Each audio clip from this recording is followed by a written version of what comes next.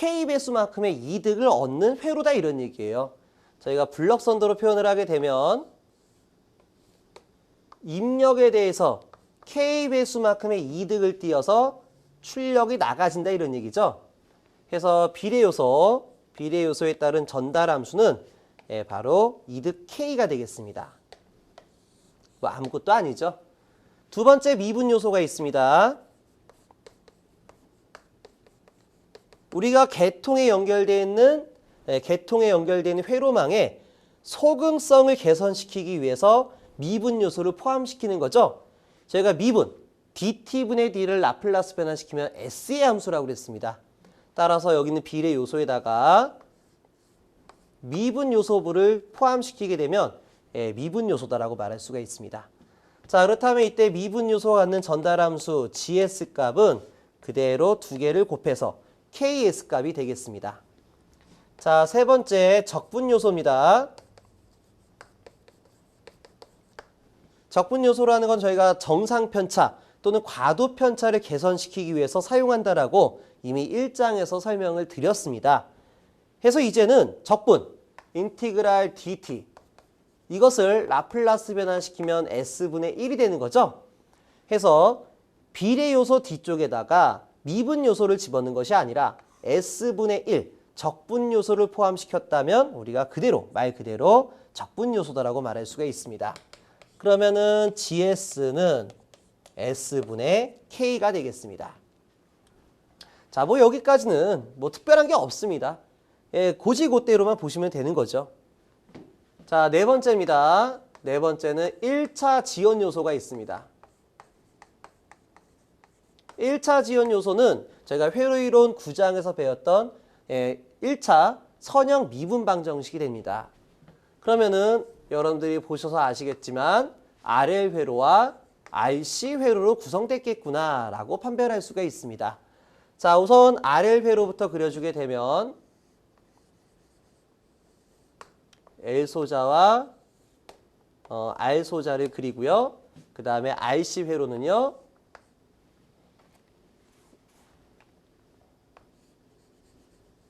R과 C로서 표현할 수가 있습니다. 그럼 자, 두 개 회로를 라플라스 변환된 차원으로 바라보게 되면 그냥 R은 그대로 R이고 그 다음에 C 값은 CS분의 1이다 이렇게 보시면 되죠. 이건 마치 우리가 7장에서 구동점 임피던스의 일반화된 임피던스와 동일한 개념입니다.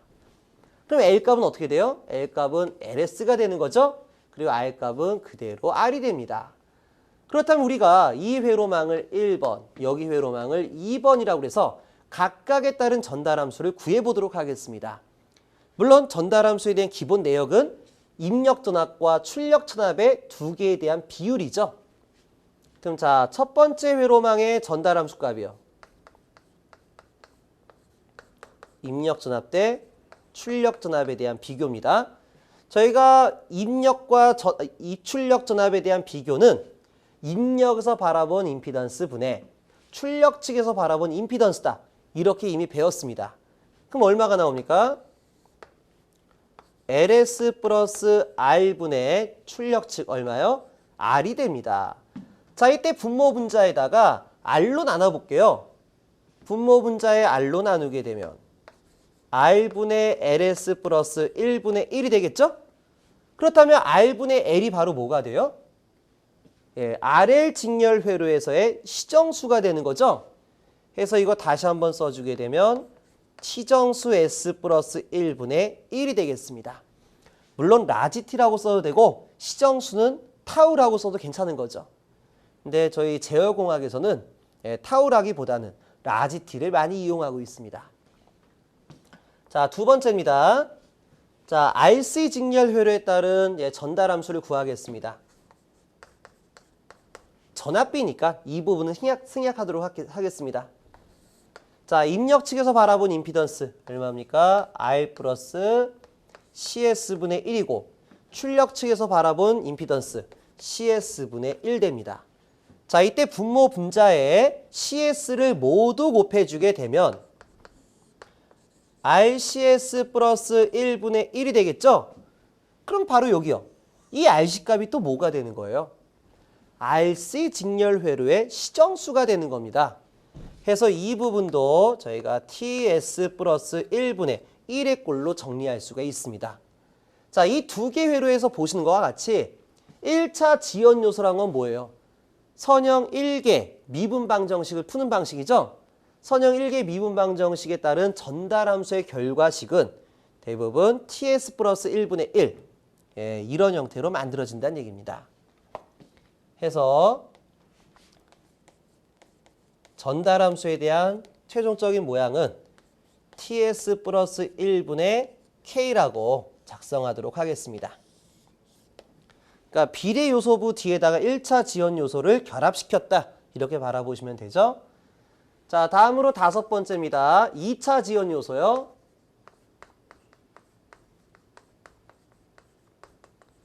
자, 2차 지연 요소는 선형 2개 미분방정식을 풀이하는 방법입니다. 다시 말해 RLC 소자를 말하겠죠. 그럼 자, 모델링부터 그리게 되면 L소자, R소자, C소자로 구성되어 있습니다.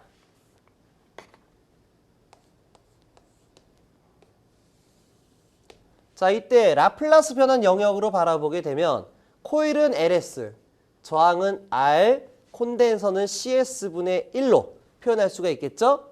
1차 측에 입력 전압을 가했더니 회로에는 전류 IS가 흘러갈 것이고 이로 인해 C 양단의 단자 전압에서 출력 전압이 나간다. 이렇게 보시면 됩니다.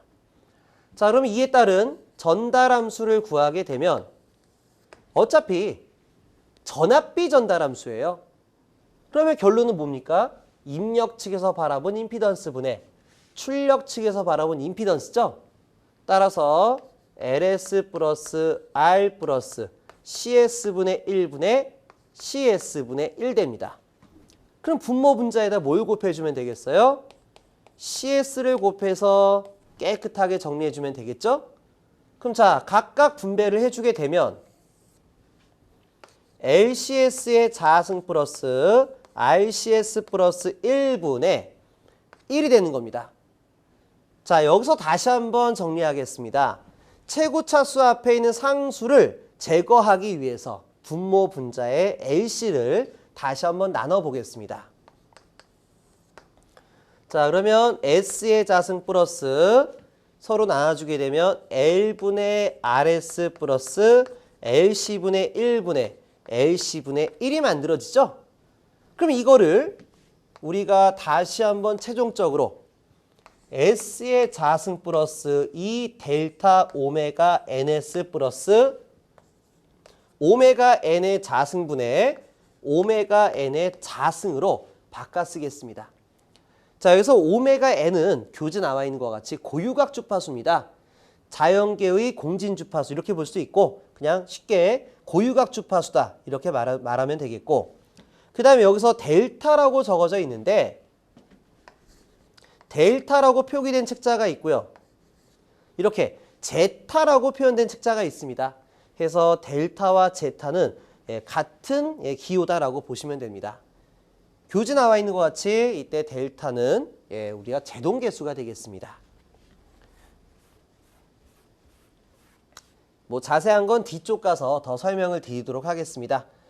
자, 해서 우리가 2차 지연 요소를 쭉 하고 써봤더니 다음과 같은 식에서 고유각 주파수와 제동계수로 우리가 표현할 수가 있습니다. 물론 고유각 주파수란 건 뭐냐? 저희가 공진 조건이 뭐예요?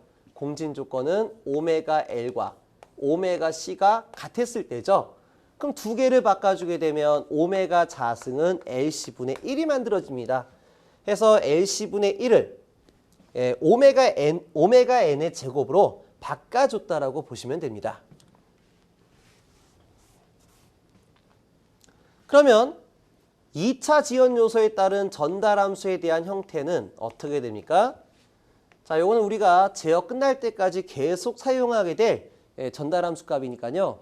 반드시 기억하시길 바랍니다. S의 제곱 플러스 2 델타 오메가 NS 플러스 오메가 N의 자승분의 비례 이득 K 곱하기 오메가 N의 자승이 되겠습니다. 자, 이 형태를 우리가 2차 지연 요소다라고 바라보시면 됩니다. 자, 이제 마지막으로 6번째입니다. 6번째는 부동작 시간 요소가 있습니다.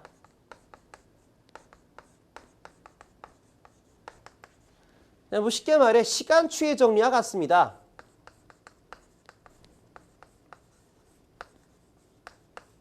저희가 어떠한 단위 계산 함수가 있는데 소정의 시간 L초만큼 지연돼서 파형이 만들어진다라고 보도록 하겠습니다. 그렇다면 이때 전달함수에 대한 형태는 어떻게 됩니까? 자, 어쨌든 뭐 이게 상수 K였다. 뭐 K라고 하지 말고 파형의 높이가 A였다.